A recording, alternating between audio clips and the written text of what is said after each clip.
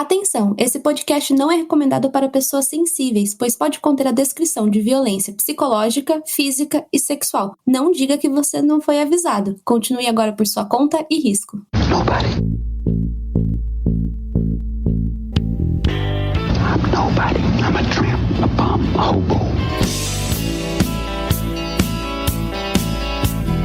Two women very important in your life, and you kill them both. Eu saía como se fosse para caçar alguma coisa.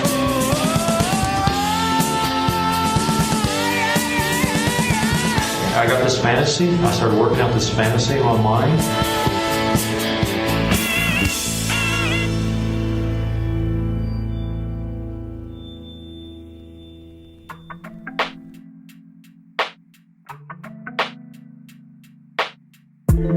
Bom dia, boa tarde, boa noite, galera do Apenas Um Podcast. Eu tô de volta, minha filha nasceu, eu tô muito feliz, ela está muito saudável. E hoje aqui temos que também apresentar a mais nova milionária, não é mesmo?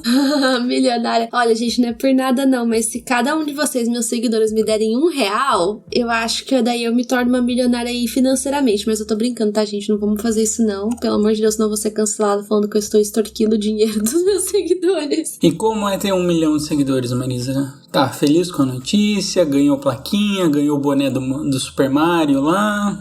Eu fiquei super feliz. Eu não esperava que eu fosse bater 1 milhão de seguidores esse ano. Então foi uma coisa assim, foi muito além das minhas expectativas. A minha meta era 300 mil seguidores. E duplicamos essa meta e eu estou muito feliz.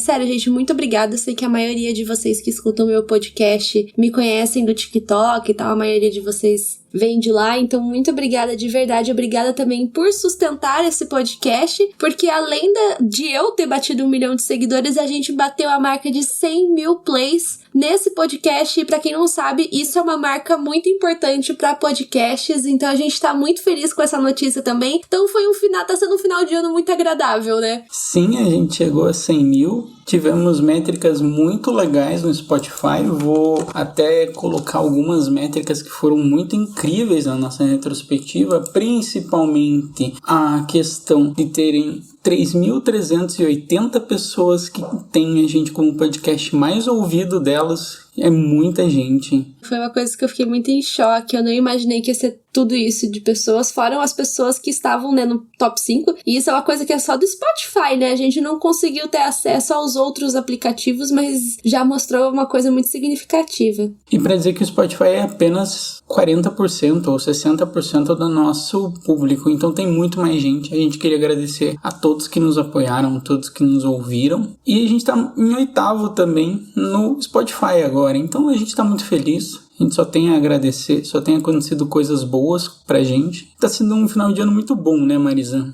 Sim, tá sendo muito agradável. Também a gente recebeu mais um Pix misterioso, que foi da Adriele Teixeira. Muito obrigada, de verdade. Vocês não têm noção quanto que isso ajuda a gente a manter esse podcast, que é uma coisa que eu e o Thiago, a gente ama fazer. Sim, mas tem os gastos e também a gente não pode esquecer da Laís Dregues, que ela apoiou a gente pela plataforma Orelo. Ela foi uma apoiadora de R$5. Tem como você apoiar o seu criador de conteúdo preferido. Então, ela foi lá e apoiou. E lembrando que cada vez que você ouve a gente pelo Orelo, a gente ganha monetização com isso. E isso ajuda o podcast. Então, se você quiser nos ouvir pelo Orelo, tem essa oportunidade. E todos os outros agregadores. A gente está na Amazon Music, na Deezer, Spotify, Castbox. Tudo que você imaginar, a gente tá lá. A gente em breve vai estar colocando no YouTube também, que o pessoal me pergunta muito sobre isso. Eu e o Thiago, a gente já tá conversando sobre isso, né? Que a gente quer fazer alguma coisinha melhor lá pro YouTube. Só que lembrando, né, gente, que cada vez que vocês dão um play na gente lá no Orelo, vocês ajudam a gente financeiramente. E se vocês querem ajudar a gente a fazer esse final de ano ser melhor ainda, vocês podem mandar um pix pra gente pro e-mail contato apenasumpodcast@gmail.com. É um e-mail bem grande, é tudo junto, contato apenasumpodcast@gmail.com. Ou então apoiar a gente gente pelo Apoia-se, que caso você tenha alguma dúvida, manda uma mensagem pra gente lá na nossa página do Instagram, que a gente te ajuda a entender como é que funciona o Apoia-se. E sigam a gente aí no Spotify, sigam a gente também lá na nossa página do Insta. E divulga a gente pros amigos. Sim, a gente viu que uma das coisas mais efetivas foi a divulgação. A gente está tendo muito mais audiência agora por causa das divulgações nessas postagens no Spotify. Então,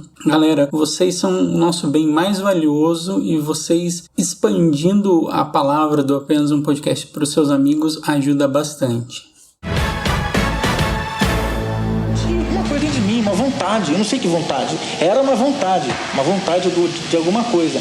E eu saía como se fosse para caçar alguma coisa. Um rosto normal, uma voz normal, que escondem um matador em série. No programa de hoje, o criminoso que parou o país.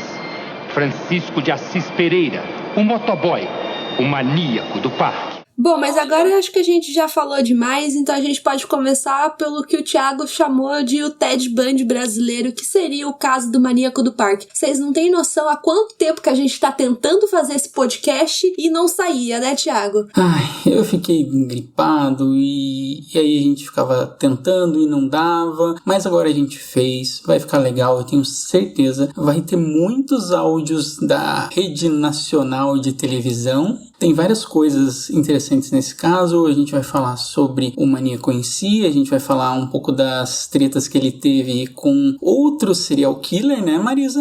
O famoso Pedrinho ex-matador com Jesus. Então, as tretas que ele teve e também uma coisa que eu fui descobrir que eu achei bem curioso nesse caso é que o caso do maníaco do parque ficou muito mais famoso depois que acabou a Copa de 1998, a Copa do Mundo de futebol. No Brasil, se tem Copa do Mundo, só começa depois da Copa o ano, as notícias, depois do Carnaval. Então tinha coisas mais importantes acontecendo, né? Exatamente, pra gente ver as prioridades do brasileirinho. Então vamos lá, né? O maníaco do parque, obviamente, isso não era o nome dele. Ele nasce como Francisco de Assis Pereira no dia 29 de novembro de 1967 em São Paulo, capital. A gente já vai adiantar que o maluco ainda tá vivo e ele tá com 53 anos de idade. E Thiago, o que você pode me dizer como é que foi a infância dele? Ele teve uma infância boa? Já vou avisando que a infância dele não foi nada boa. E desde o começo, ele, digamos, já são analisados depois, muito tempo depois, 3 fatores cruciais que dizem. O primeiro fator crucial foi que ele foi molestado por uma tia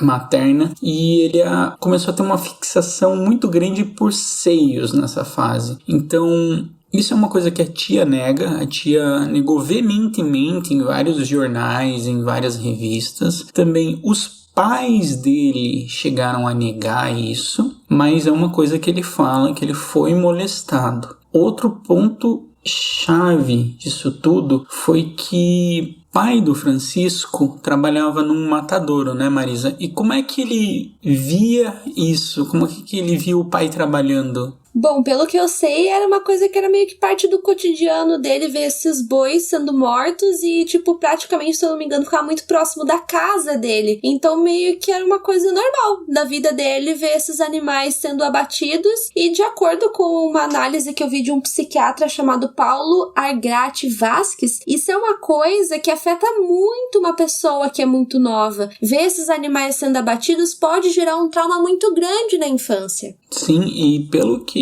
eu vi, eu pesquisei muito matérias da época e tem uma matéria em específico que fala sobre esse abate e como esse abate era muito cruel e como ele via isso e como aquilo marcou. Tanto que um dos principais repórteres do Maníaco do Parque é o Marcelo Rezende, que ele vai fazer várias entrevistas. Ele vai fazer entrevistas quando ele tá na Globo e depois quando ele tá na Record. Em uma das entrevistas ele pergunta pro Maníaco do Parque como é que ele via isso e ele mostra de que como os bois caíam para frente frente, como eles ficavam com o olhar vazio. Então, ele era exposto a isso desde muito, muito cedo. Bom, apesar desses fatos marcantes na infância dele, uma coisa que a gente sabe é que ele era muito simpático. Apesar disso, desde sempre ele tinha uma boa lábia e ele era muito ativo dentro dos esportes. Ele participava da patinação. Então, desde muito cedo, ele participava desses grupos de patinação e também desses campeonatos. E existe uma história de que certa vez ele acabou se envolvendo sexualmente com uma colega do esporte e durante a relação sexual essa colega teria meio que mordido o órgão genital dele. Alguma coisa aconteceu que acabou machucando o órgão genital e isso foi uma coisa que marcou bastante ele, porque de acordo com o que parece, meio que foi uma dor assim que ele sentiu meio que pra sempre no órgão. Sim, inclusive até uma das ex-companheiras dele falou sobre isso e foi bem crucial porque as vítimas dele,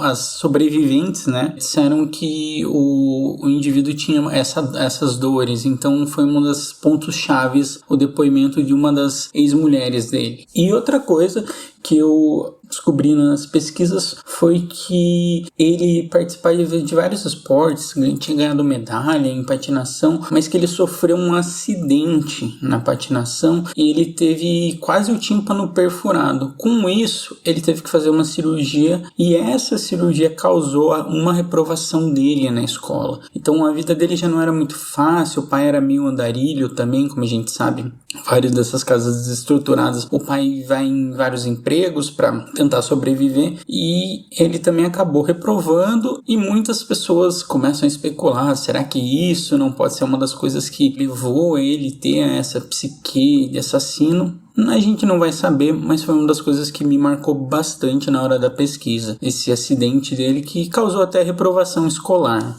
Então já em 95 o Francisco ele é preso por ter forçado uma mulher a entrar num prédio em construção e claramente ele tentou forçar alguma relação com ela, ela consegue escapar, fala para a polícia vai investigar, chega até ele, mas eles não têm muitas provas, não tem muitas testemunhas, como ele não tinha ficha corrida, eles acabam liberando ele porque eles não têm prova para acusar eles e ele também não tem um passado pregresso para poder incriminá-lo, então ele acaba sendo liberado dessa primeira ocorrência. Já na fase adulta, de acordo com ele mesmo, ele acabou tendo experiências homossexuais forçadas por alguns dos seus chefes, ou seja, ele foi abusado sexualmente por alguns homens, isso foi uma coisa que ele relata, e aos 30 anos ele começa a trabalhar como motoboy, né, que vai ser justamente por causa dessa profissão, né, que ele vai ficar meio conhecido por trabalhar de moto e por aí vai. E esse lugar que ele trabalhava era próximo da estação Jabaquara, que é um metrô que tem lá em São Paulo. Sim, outra coisa que também achei muito interessante é que ele largou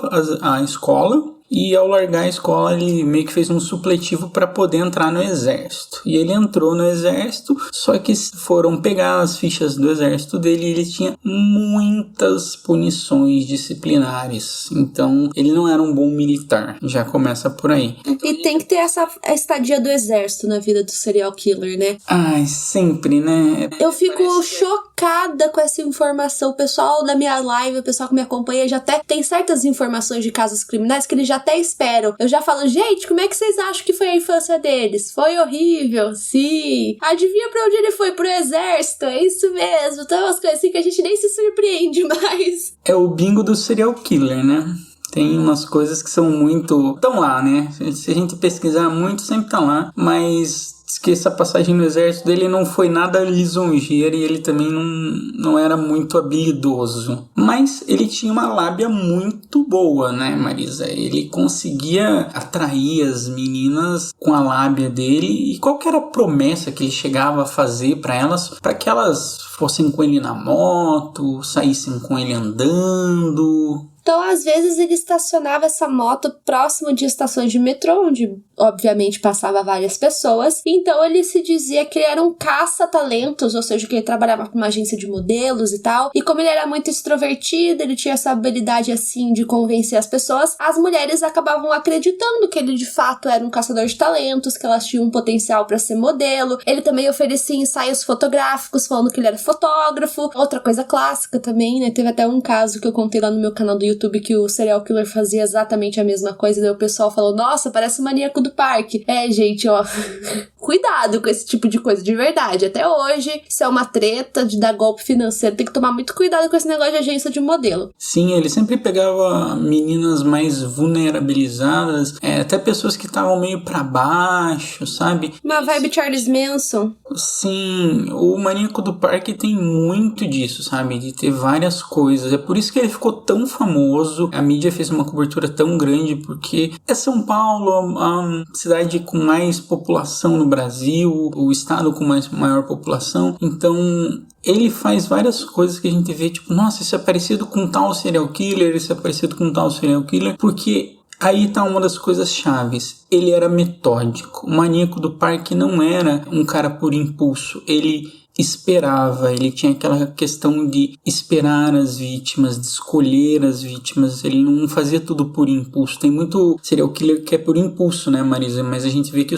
o Maníaco do Parque é bem centradinho. Tanto, né, que falando dessa parte, né, dele persuadir as meninas, dele chegar nelas, tem uma das frases que ele diz, que eu acho que é a frase mais conhecida dele, em que ele diz: eu me aproximava das meninas como um leão se aproxima de uma presa. Eu era um canibal. Jogava tudo que eu podia para conquistá-las e levá-las ao parque, onde eu acabava matando, quase comendo a carne. Eu tinha uma necessidade louca de mulher, de comê-la, de fazê-la sentir dor. Eu pensava em mulher 24 horas por dia. Tem tanto esse lance, né, que ele mesmo fala, eu era um canibal, né, e tem muitos psiquiatras, assim, pessoas que analisaram o caso, que fala que realmente ele tinha meio que um certo flerte com o canibalismo, justamente porque ele mordia muitas vítimas, se eu não tô enganada, uma coisa bem Ted Bundy também, né, não tem como falar que não. Então, assim, ele realmente tinha esse lance também, assim, então, tipo, pode ter essa análise também. E tem a companheira que deu aquele depoimento também, foi importante por isso. Ela falava que ele era muito violento e ele sempre queria ter relações sexuais. Por mais que ele sentisse dor, ele era um homem violento e também sempre queria a questão do sexo.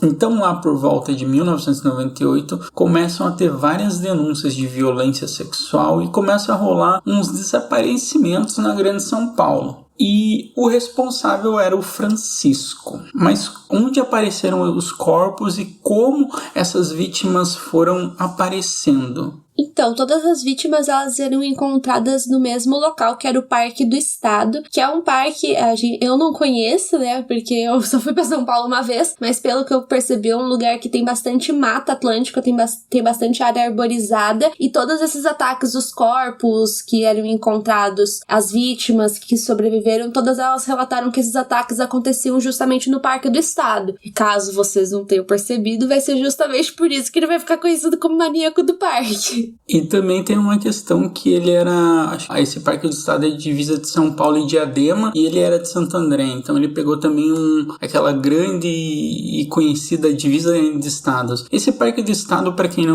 não sabe, é um parque grande, bem grande, e eu acho que ele tem uns quase 5 quilômetros. Ele é um parque bem grande. Ele é muito utilizado para pesquisa, para turismo. Então ele é um parque bem importante da região. Isso chocou bastante as pessoas, porque começou a aparecer os corpos, e aí, depois que vieram 2 pessoas denunciar, acho que 2 ou 3 pessoas denunciaram, os policiais ligaram isso, e eles notaram que os corpos tinham muito um padrão bem comum, bem similar entre eles, né? Sim, né, a questão dos joelhos, né? Sim, você poderia explicar isso um pouco, Marisa? Pelo que a gente conseguiu perceber, 7 corpos foram encontrados nesse parque entre os meses de agosto e janeiro. E todos eles estavam meio que de joelhos. E isso é uma coisa que faz muito sentido de acordo com algumas análises psicológicas que a gente encontrou, porque justamente os corpos estavam de joelhos para fazer uma referência aos bois que ele vinha matar nos matadouros, porque eles morriam e caíam exatamente dessa forma, de joelhos. Sim, inclusive na reportagem do Marcelo Rezende tem essa mesma cena.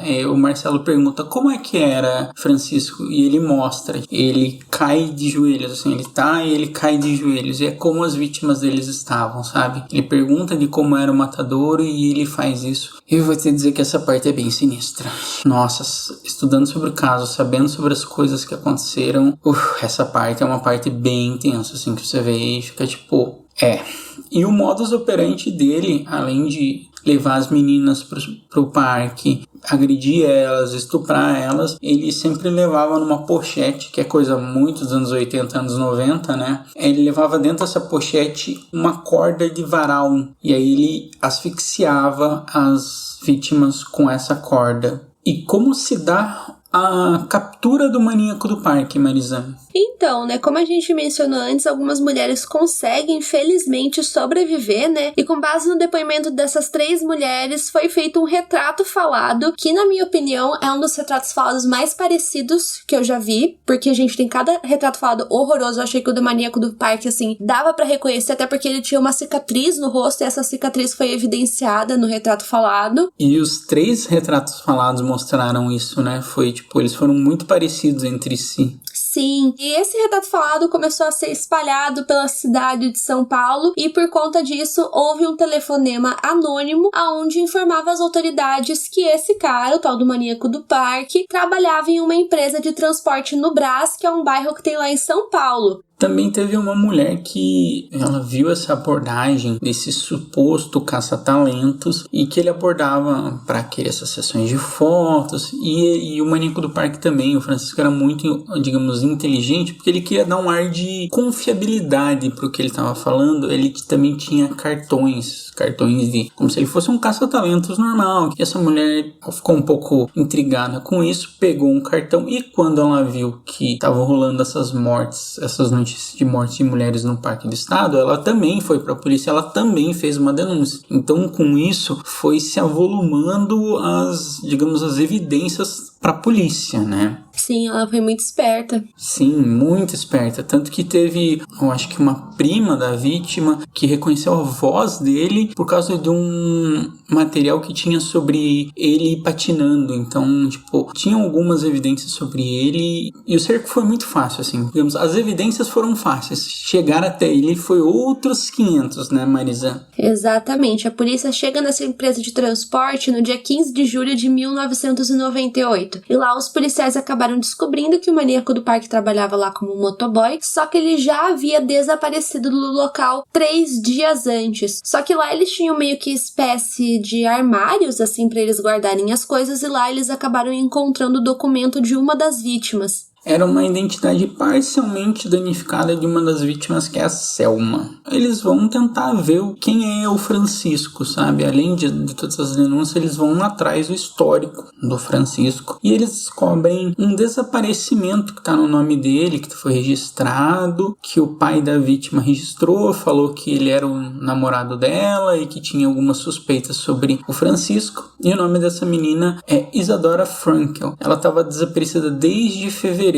E como é que a polícia vai chegar até o Francisco? Ele foi rastreado por causa dos cheques que ele compensou da vítima. Bom, eu sei que tem muita gente nova e nunca deve ter visto um cheque na vida. Como funcionava um cheque? Basicamente você preenchia uma folhinha, um talão que você preenchia com as informações, com o dinheiro, e você entregava para alguém. Essa pessoa recolhia o nome de quem entregou esse cheque, podia ser o responsável ou outra pessoa. E aí o que o Francisco faz com esses cheques? Ele quita umas dívidas que ele tem em um restaurante lá, que ele fazia fiado, ele quita e também compra uns equipamentos de motoboy. E quando a polícia chega para perguntar onde é que tá a Isadora, ele faz uma de perdido, fala que não sabe, fala que ele não via ela há muito tempo e que ela tinha ido pra praia e que ele não tinha mais contato com ela. E essa é uma das coisas que vai me irritar no caso. O maníaco do parque desdenha muito da Isadora. Ela é provavelmente uma vítima dele. Eu acho que é até quase confirmado que ela é uma vítima dele. Mas a mídia vai tratar ela muito como a namorada dele. E eu fico pensando como o pai dessa menina deve ter sofrido muito, tipo, tendo o nome dela associado ao maníaco do parque, sabe? Porque ela não era namorada dele. Eu acho que eles tiveram alguma relação, mas não sei se chegaram a ter uma relação de namoro. E o maníaco do parque, sempre quando podia, ele desdenhava da Isadora, tirava sarro. Então eu fico pensando que deve ser muito difícil para a família ter essa exposição, as pessoas querendo saber. Então foi uma das coisas que me revoltou bastante nesse caso. Além disso, a polícia encontra algumas outras coisas nesse armário, né, que ficava lá na empresa. Eles encontraram um recorte de um jornal onde havia o retrato falado do maníaco do parque e também um bilhete onde dizia: "Me desculpe, mas tem que ser assim. Obrigada por tudo, até um dia." Então, no dia 4 de agosto de 98, acaba a caçada ao Francisco de Assis Pereira. 23 dias depois.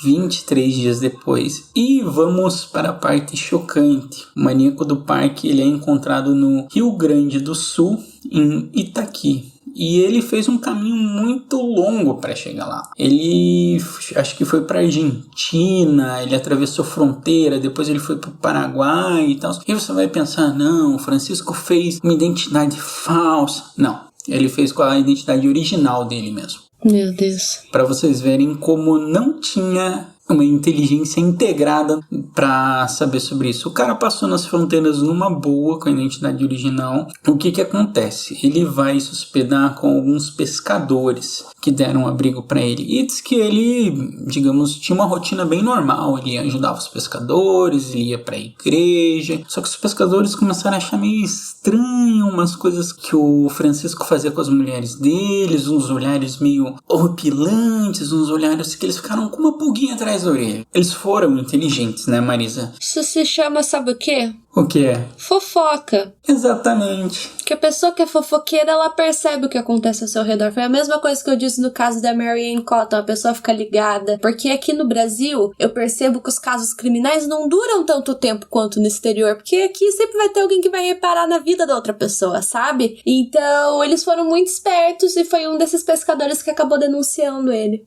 Sim, tanto que quando eles vão mexer nos pertences do Francisco, eles ficam um pouco chocados, porque ele tava com a identidade dele original, assim. Então, poucos dias depois eles fazem a denúncia, a polícia vai, prende ele, e aí, minha gente, o frenesi midiático tá posto. Já tinha acabado a Copa. Já tinha acabado a Copa. E também tem uma das questões que, pesquisando sobre esse caso, é bem absurda. Que a confissão do maníaco do parque vai sair antes numa revista do que na própria polícia, né? Sim, isso é bem emblemático até pra época. E qual foi essa revista? Era a revista Veja. Só que a Veja, gente, não sei agora não tem uma importância tão grande, mas a revista Veja até, sei lá, no meu ensino médio, acho que até no seu ensino médio, a Veja era uma revista muito importante, era carteirinha carimbada nos vestibulares, né, Marisa? Sim. E de uma forma bem peculiar eles conseguem a entrevista. Um jornalista ele consegue um acesso ao Francisco, a qual ele confessa tudo pro repórter. E a partir disso já estava se criando um frenesi, mas a partir disso, digamos, ele não tinha nem confessado pra polícia, mas ele tinha saído uma capa que vira emblemática de exclusivo. Veja.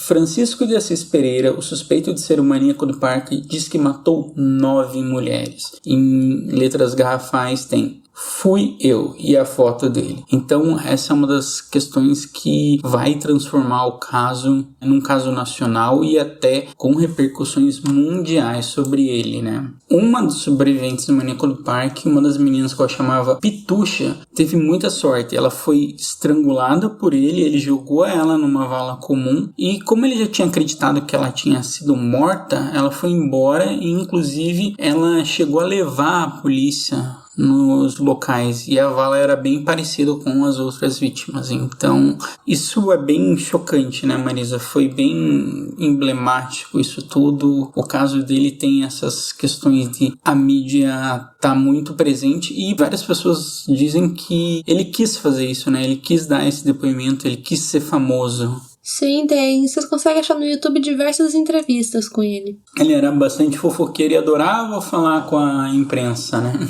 É que vocês sabem, né, gente? A maioria dos serial killers, assim, eles gostam, assim, de toda essa mídia em cima deles, de serem, tipo, meio que famosos por conta dos crimes que eles cometeram, assim. Tanto que aconteceu uma coisa, assim, né, que foi as cartas que ele recebia de mulheres, né, que não foram poucas. Acredita-se que ele recebeu 10 mil cartas, né?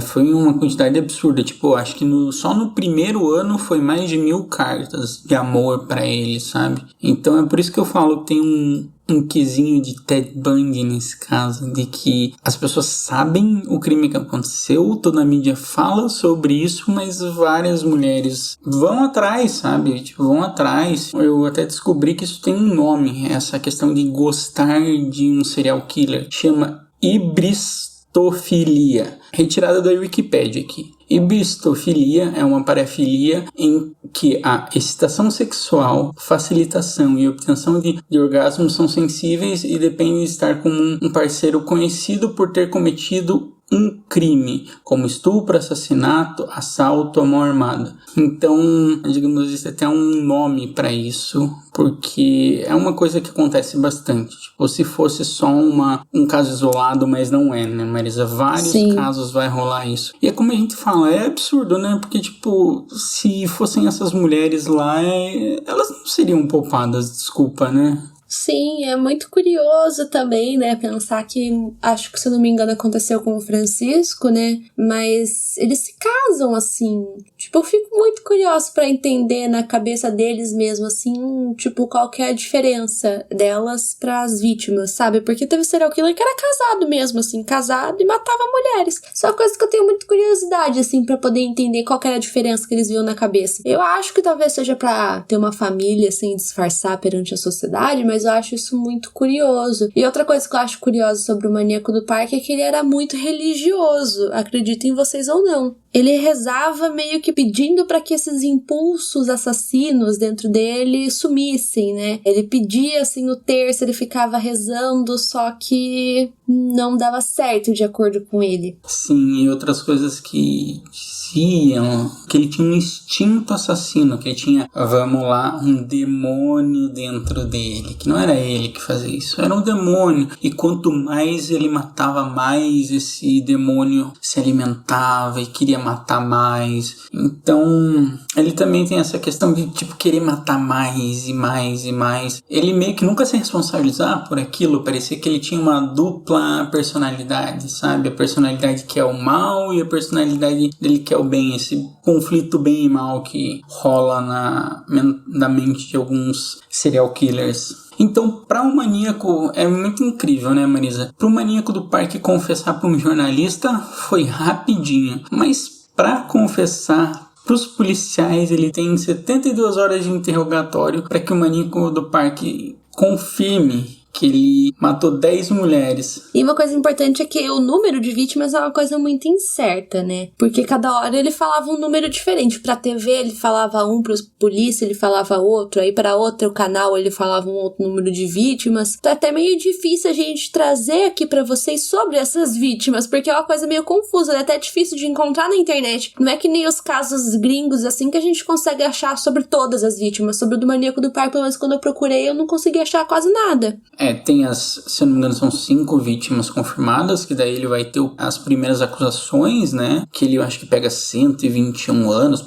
Isso de vítimas, a gente tá falando de vítimas que infelizmente faleceram. Isso fora as outras que foram estupradas ou que sofreram tentativas de estupro, mas acabaram sobrevivendo. Isso, tanto que ele é processado por vários delitos, digamos assim. Ele tem essas 5 vítimas fatais que foram identificadas. Se eu não me engano, 3 foram identificadas e 2 até hoje não foram identificadas. Eu acho isso tão triste. Nossa, eu acho muito triste. Tipo, a gente tem tecnologia e expertise agora pra fazer uma coisa de DNA, sabe, gente? E é aquilo. Em vários casos acontece isso. Tipo, no caso do Gacy, eu acho que há uns 2-3 meses atrás foi identificado um dos meninos, né? Então, tipo, existe, só falta vontade de identificar, e eu acho importante, eu acho que é respeitoso para as famílias, sabe? E pra vítima também, né? Tipo, parece que simplesmente foi uma história que foi apagada, né? É como um indigente, sabe? Tipo, não se sabe nada da história e aquilo, sei lá, desumaniza a pessoa, né? Tipo, aquilo não é mais um ser humano, é apenas uma coisa que algum dia foi viva. Eu acho bem triste. Então, Marisa, vamos pra questão da rebelião da Casa de Custódia de Taubaté em dezembro de 2000. Bom, eu não estou sabendo dessa treta, você me contou meio por cima e eu estou curiosa para saber sobre essa rebelião aí. Então vamos a esse crossover, esse cruzamento entre Maníaco do Parque e Pedrinho Matador. Ex-matador. Desculpa, ex-matador.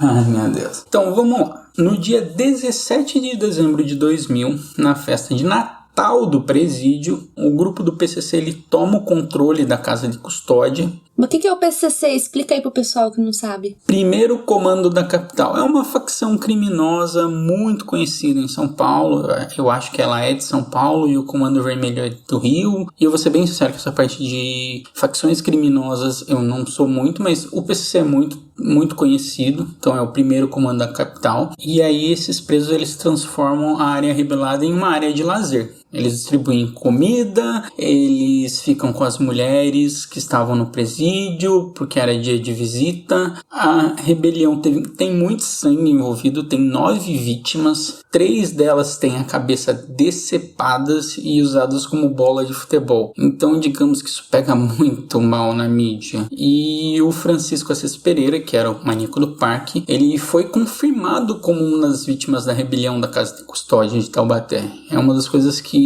viram um frenesi, porque já pense, gente, pessoas decepadas e o maníaco do parque morto na rebelião. Então, porque ele não era uma pessoa querida no presídio, ele era muito odiado por todos os detentos, porque querendo ou não, você pode ser criminoso, mas tem criminoso que tem irmão, irmã, então gera meio que uma comoção. É difícil de explicar uma coisa dessa, mas rola meio que essa comoção. É confirmado pela Secretaria de Segurança Pública do Estado de São Paulo, porém horas depois a própria Secretaria da Penitenciária desmente, fala, não, ele não foi morto. Aí o Pedrinho Matador ele fica numa ala separada dele e ele também dá um depoimento pro mesmo Marcelo Rezende, falando que ele queria matar, que ele odiava o Francisco e que ele queria matar o Francisco. Tem um monte aqui pra ser morto, inclusive aquele que chegou esses dias lá, não posso ver ele de longe que me dá mó nojo, ó. Aquele estuprador que matou a mulher lá no Maníaco do Parque lá, dá nojo quando eu vejo esse cara. Esse cara estraga a gente, ó. Para esperar um dia para ir embora, eu acabo com um desgraça desse aí. Então, para vocês terem uma ideia, o Francisco ele tem que ser separado. Ele sempre ficava isolado de todos os outros presos, porque senão ele ia morrer na cadeia. Porque ele era odiado por todos os presos. O Pedrinho, ele fica nesse jogo. E o Marcelo Rezende, que não é burro nem nada, consegue a mídia pra ele, né? Tipo, isso cai bem no Jornal da Record. Então, ele mostrava o Pedrinho querendo falar que ia matar ele. O maníaco do parque também retruca. Então, fica nessas coisas. E vamos lá. E por que o maníaco do parque se safa nisso tudo? É uma das coisas que eu acho bem inacreditável. Digamos, a campanha de marketing do PCC pensou adiante. Como eu posso dizer? O PCC sabia que o maníaco do parque, o Francisco, era muito famoso. E eles temiam que se caso o Francisco morresse, toda a mídia ia virar sobre a morte do maníaco do parque e não sobre as reivindicações deles na cadeia. Então, acaba que ele tem muita sorte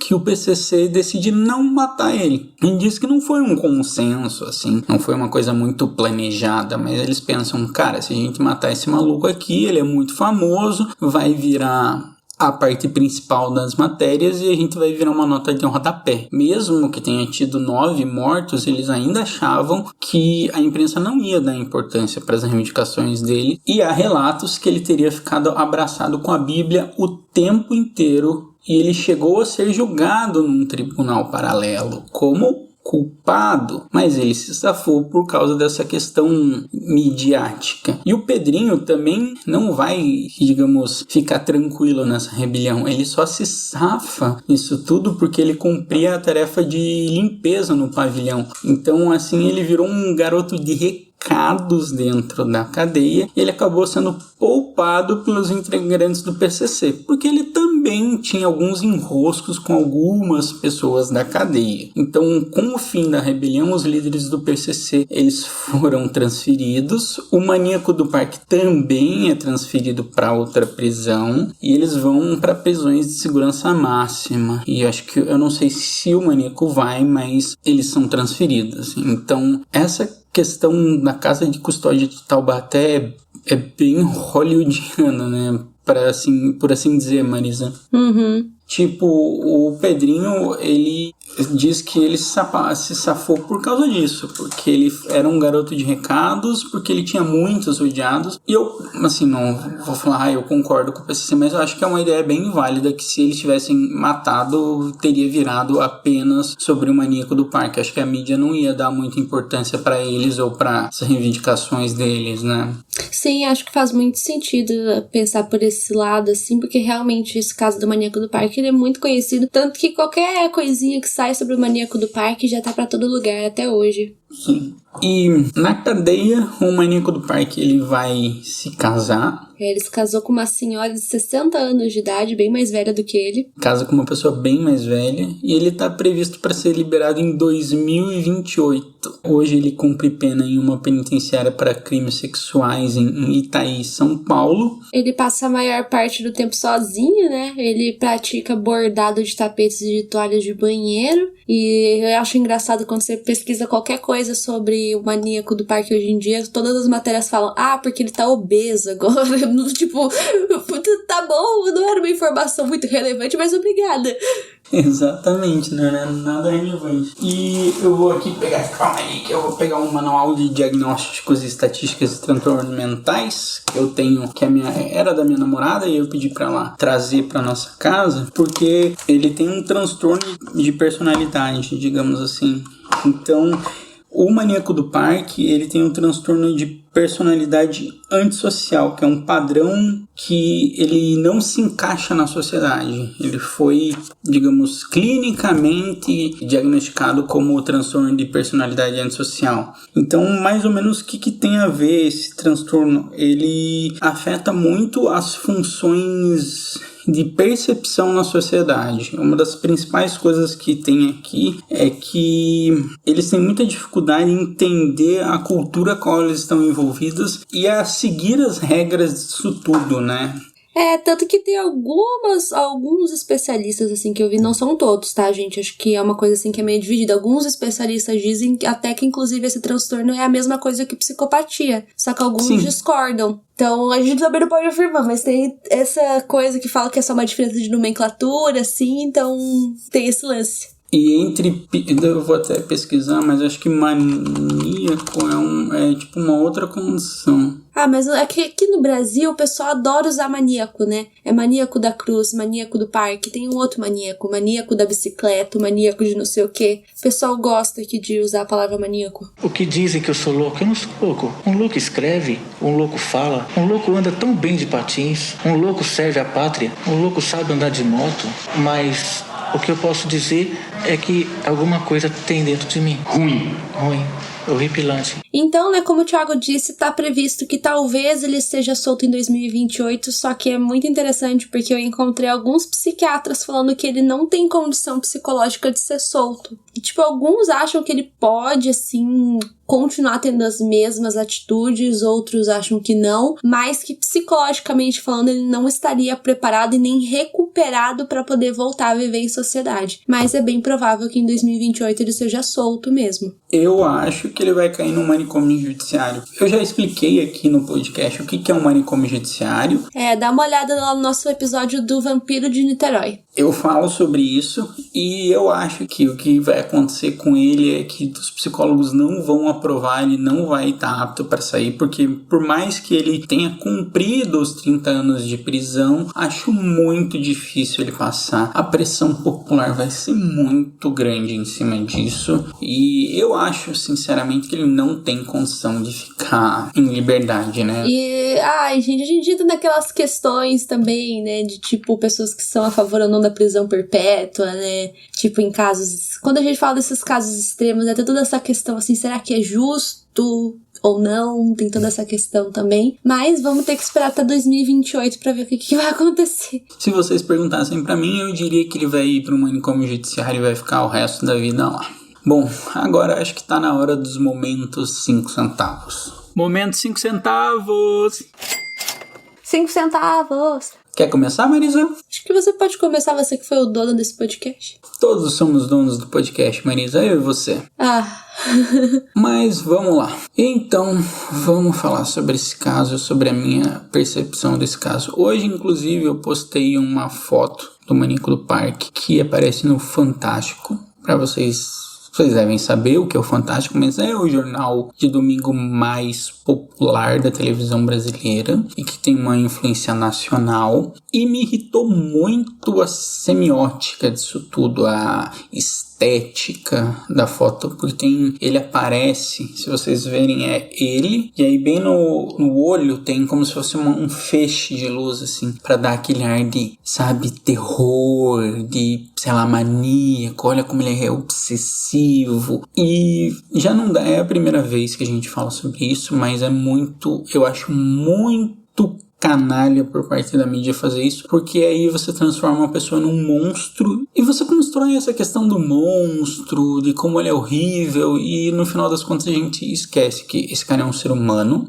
Tipo, por mais que você fale, as atitudes dele são monstruosas, ok, são monstruosas, ele é um criminoso, cometeu vários crimes hediondos, mas a gente não pode esquecer que esse cara é um ser humano e cometeu coisas terríveis. E botar em termos de monstrificar essa pessoa não ajuda no debate público, sabe? Não contribui para as pessoas tentarem ter um debate sadio sobre isso, sobre, tipo, qual é a importância da mídia, do jornalismo para resolução de casos criminais. A gente viu esse ano o caso do Lázaro, né? Acho que é um bom exemplo, porque isso todo mundo viveu e viu o que a mídia fez, né? A mídia brasileira, eles gostam muito de, né, chamar uma atenção assim e até aumentar a história, né? Sim, e nossa, o que eu vi, nossa gente, o que eu perdi de vídeo, vendo o cara do, sei lá, do Cidade Alerta de 1900 e lá vai bolinha, falando, esse cara é um canalha,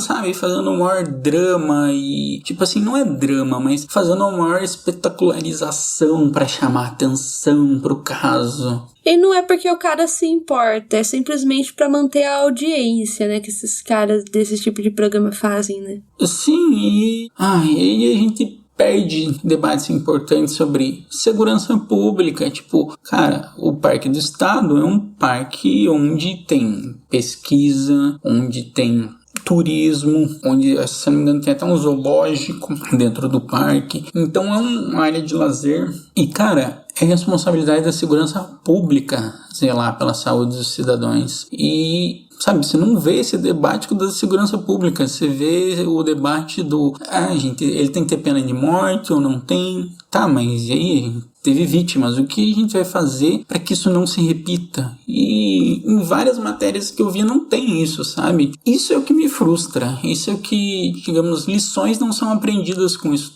tudo acontece, marca o país, medidas não são tomadas, e é muito frustrante, pra mim é pesado e, essa questão da Veja pra mim é totalmente surreal, assim, tipo, o veículo de mídia tem informação antes e ele confessar lá na mídia, ficar todo um alvoroço e na hora de confessar pra polícia ele demorar tudo isso. Tudo bem, gente, vamos falar assim, tá, Thiago, mas você tá maluco? Eles precisam de relato, eles precisam de... Beleza, mas ele fez jogo duro na polícia, não foi uma coisa de tipo, ele confessou direto e falou, não, tiveram que saber como, e até hoje não se sabe quantas foram as vítimas, e isso é bem complicado. Então, você, Marisa, o que o seu coraçãozinho sente sobre isso? Sinceramente, acho que você já disse tudo. Eu acho que eu não tenho muito mais o que acrescentar do que você disse. Então... é isso aí, galera. A gente tá um pouco enferrujado, mas dá uma chance pra gente, indica esse podcast. Ele ficou um podcast curtinho, mas vai ficar muito legal se vocês indicarem pros seus amigos, e casos nacionais sempre são bem-vindos. E marca a gente no Instagram e comenta que caso nacional vocês queriam que a gente fale. É isso, gente. Até o próximo episódio. Tchau, tchau. Tchau.